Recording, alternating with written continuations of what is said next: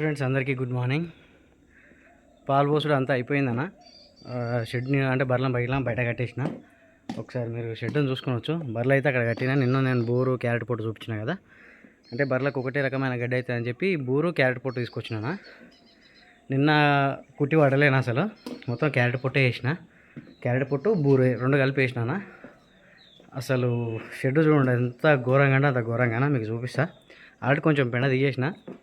చూస్తే అర్థమవుతుంది కదా. చూపిద్దామని చెప్పి ఈ వీడియో తీసుకున్నాను. క్యారెట్ పొట్ట ఎట్లుంటుంది షెడ్ అని. క్యారెట్ పొట్ట వేయకపోతే మనకు ఒక్కసారి నూకితే అయిపోతుందన్న. కానీ కనీసం 3 సార్లు నూకాలి నేను షెడ్.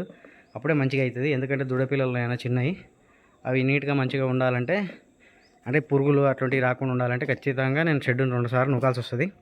మనం ఏంటంటే ఒకటే గడ్డి వేస్తే బర్రెలు ఏమైనా ఇబ్బంది పడతాయేమో అని అనుకుంటాం. కానీ క్యారెట్ పొట్ట వేసి ఏంటంటే వాటర్ కంటెంట్ ఎక్కువ ఉంటుంది అన్న. దానివల్ల ఏమవుతుందంటే మళ్ళీ టాయిలెట్ చేయడము. ఈ పెండ అయితే మరీ ఇంకా జర మంచిగా వేస్తుంది ఇప్పుడు. కానీ వాటర్ పంపు మనం పైప్ పెట్టి కొడితే ఎట్లా కొడుతుందో అట్లా కొడుతుంది అన్న. షెడ్ మొత్తం ఖరాబ్ అవుతుంది. ఆల్రెడీ నా షెడ్ అయితే సగం ఖరాబ్ అయిపోయింది అన్న. చేపిద్దాం అనుకున్నా కానీ ఈసారి నేను నాటుకోలు ఇలా తెద్దాం అనుకున్నా. అంటే సోనాలికి సంబంధించిన బ్రీడు. అందుకే షెడ్ కొంచెం చేపియాలి. అందుకని ఆయన ఇప్పటికి చాలా రోజుల నుంచి ఉంది ప్లాన్. కానీ ఒక్కనే అయినందుకు కుదురుతలేదు. ఎందుకంటే ఈ బర్రెలు చూసేసరికి టైం అయిపోతుందన్న. కోళ్ళకి మనం దానా చూసుకుంటే చాలు.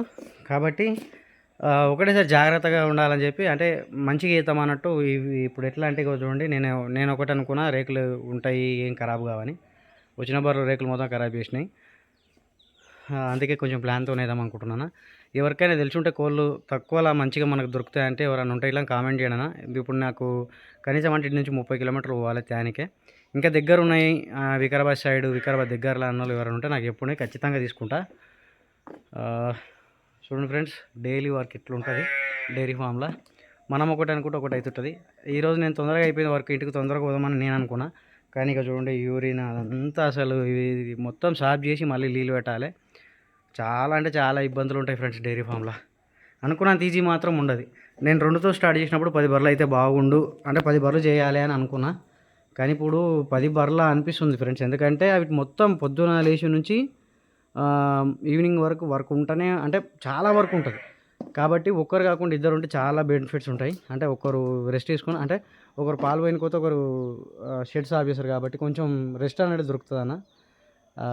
డైరీ ఫామ్ పెట్టాలనుకున్న ఇద్దరు కలిసి పెట్టుడు అన్న బాగుంటుంది.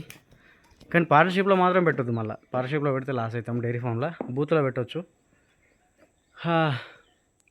చూడండి ఫ్రెండ్స్ ఎట్లుంటుంది డైలీ వర్క్ ఇట్లుంటుంది. Thank you friends, bye.